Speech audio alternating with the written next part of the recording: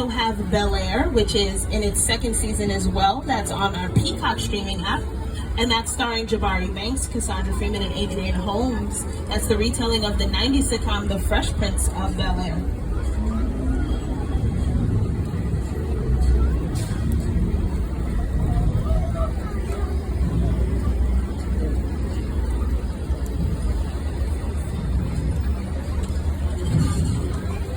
Now you'll see a special building coming up on your left-hand side that says Dub 6. That's actually where we do a lot of our sound dubbing in that soundstage. We don't have too many of those, but a lot of times there are sounds that have to be added in post-production. So once they've finished filming everything, sometimes we have to go back in and do ADR and dub over some of the sounds that didn't quite get picked up really well by the camera, so it happens all there on that stages.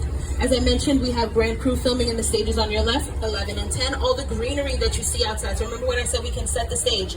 Sometimes we have to put plants in there as well. So our greens department is actually responsible for a lot of that here on the property. So they'll either create the fake plants or trees that are needed for the productions if it requires. And then stages 8 and 7, as I mentioned, are home to Bel Air, previously home to the TV show Hacks, which is on HBO Max. That stars Jean Smart as comedian Deborah Vance. They were also home to the NBC show Superstore while they were here on our lot. Take a look at what we did there. I know it's hot in here, but let's have some patience for one another. Yeah, you know, the heat makes us all act. If your face stays where it is, it's gonna get punched. So right there where we see America Ferrera standing in what looks like your regular retail store was actually all done inside of our sound stages. Superstore took up 3 sound stages when they were here on the lot. They took up 8 and 7 that we just passed, and also stage 14, which is coming up on your left-hand side. Now these trucks and trailers to your left are what we call our base camp area. So usually they'll have the trailers, trucks, hair, makeup, wardrobe for our stars, cast, and crew. So a lot of that is collected right near the production. So if they have to go to the bathroom or go get touched up for makeup, it's right outside. So if you ever heard anybody say, oh, I have to report to base camp or I'm headed to base camp, that's exactly what they're talking about.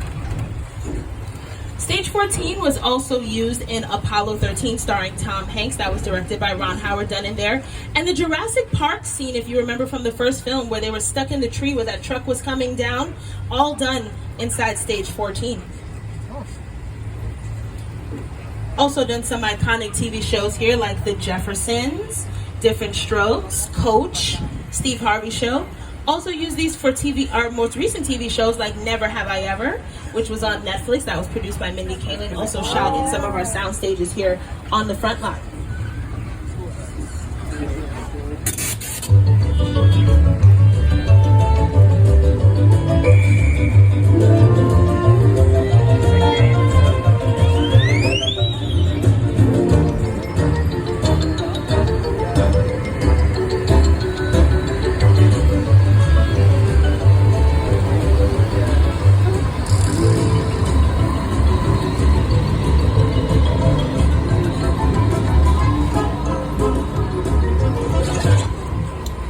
So just a few of the shows that have made Universal Studios their home.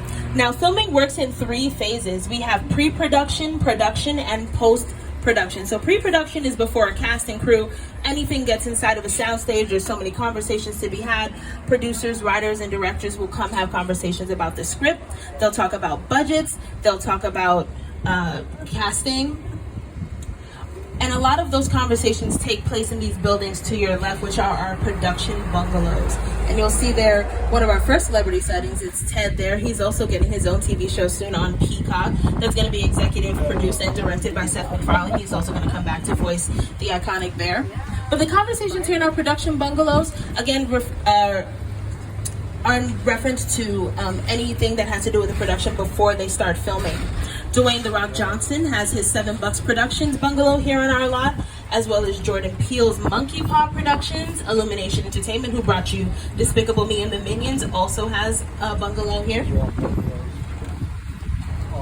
Mark Platt Productions, who is responsible for films like La La Land and the upcoming Wicked film based on the Broadway musical, also has an office coming up on your left. If you take a peek, you might be able to see the Wicked Globe right outside of his office there.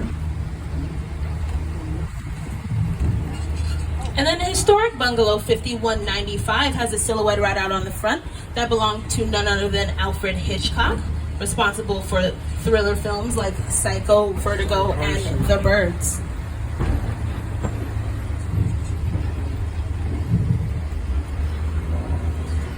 Now, another thing that makes Universal City really special, like most cities, we have streets named after some celebrities. You may be seeing them as we pass by. So some iconic stars. Right now we're on Jimmy Stewart Lane. He was one of our Western stars. We have Jay Leno Street and Steven Spielberg Drive. So keep your eyes peeled out as we're driving around the lot, to see if you spot any of those streets. So behind me now is our backlot area. So remember I told you that the property is split into two pieces. Front lot, which we just saw, and the back lot. The back lot is dedicated to most of our exterior shots. So what we can't do inside of a soundstage, we can create here on the back lot. And our Metropolitan sets are a perfect setting for that. So we're gonna be passing by our New York Street. And a lot of times we use these to portray metropolitan cities like Baltimore, Chicago, Los Angeles, and oftentimes it's actually used to portray the Big Apple. I'll let Jimmy tell you a little bit more about that. Welcome to New York. I got my start right here in New York on Saturday Night Live. This is actually my old neighborhood.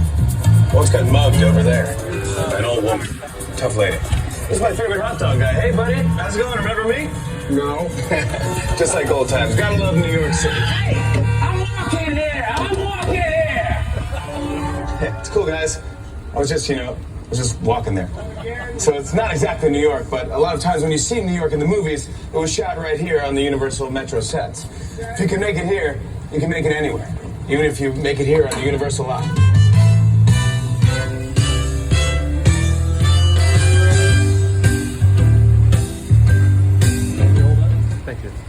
Now, a lot of the buildings in our metropolitan sets are what we call facades. So facades are just the front and sides of a building that are built just enough for what the camera needs to see, but the insides are completely hollow.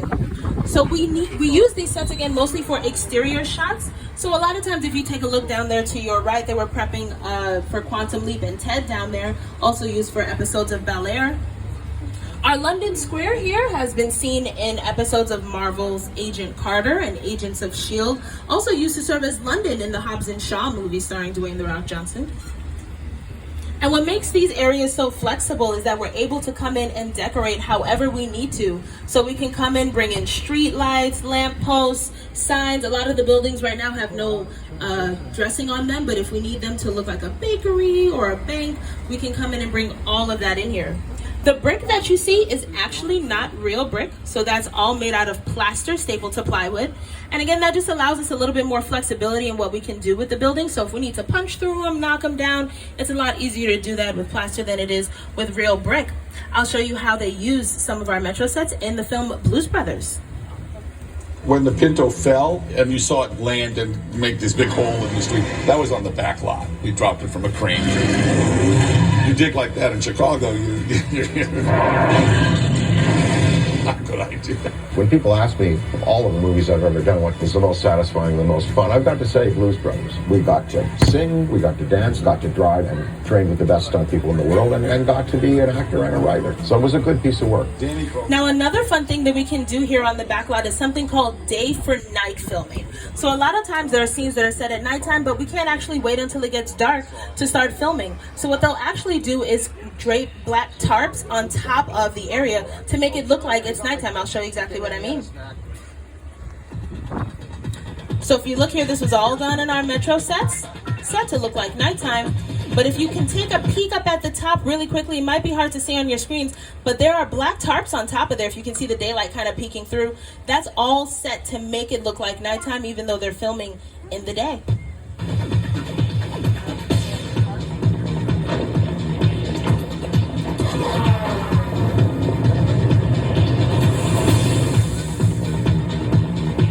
Nice place, huh? This is all in the daytime. Elvis even walked these streets. That's right, folks. Elvis is here. Found something.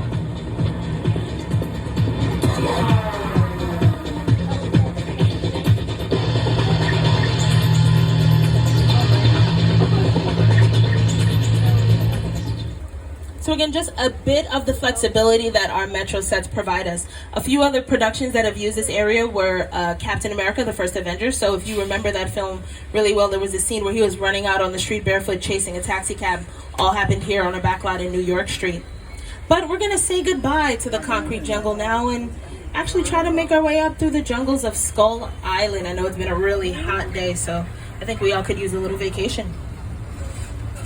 It's the original King Kong that made me want to direct movies. I saw that movie on TV when I was about 8 or 9 years old, and I wanted to become a filmmaker. I like films that just take you away from your real life and sweep you up an adventure. Kong literally does that. I mean, you're on board the ship, you're sailing to a lost island, you're encountering monsters and creatures from prehistoric times. So I was thrilled when Universal invited me back to Skull Island, and it's great to have you along for the ride. Now, we have created this 3D immersive experience, so you're going to have your glasses ready. Don't put them on yet, but just have them in your hand because we're about to return to Skull Island. All right, everyone. Now, while we are in here, I just want to remind you to make sure that you're staying seated the entire time, keeping your arms and legs inside of the tram, and secure those belongings. We really put a lot of thought into the character and personality of Kong, and he's so much more than a monster. In fact, he's not a monster. He is an incredibly majestic, ancient creature. He's a force of nature. He's old, he's wise, he's proud, he's fierce, and obviously he has a heart. The most important feature with Kong are his eyes. Kong's eyes are wonderfully expressive. They're full of emotion. His eyes are like a window into his personality and his heart. He's had an enormous number of encounters with his foes, the T-Rexes and the various dinosaurs on Skull Island, so he's been beaten up, scarred, chewed up, spat out by these dinosaurs at various times, and he wears the scars of a lot of ancient battles. The Universal Tram is winding its way through a very rough, narrow trail in Skull Island, allowing the visitors a little sneak peek at some of the wildlife at Skull Island. In a sense, this is like a mini sequel, a mini continuation. We're just taking the Kong and Skull Island and the dinosaurs that we established in our... All right, everyone. Welcome to Skull Island.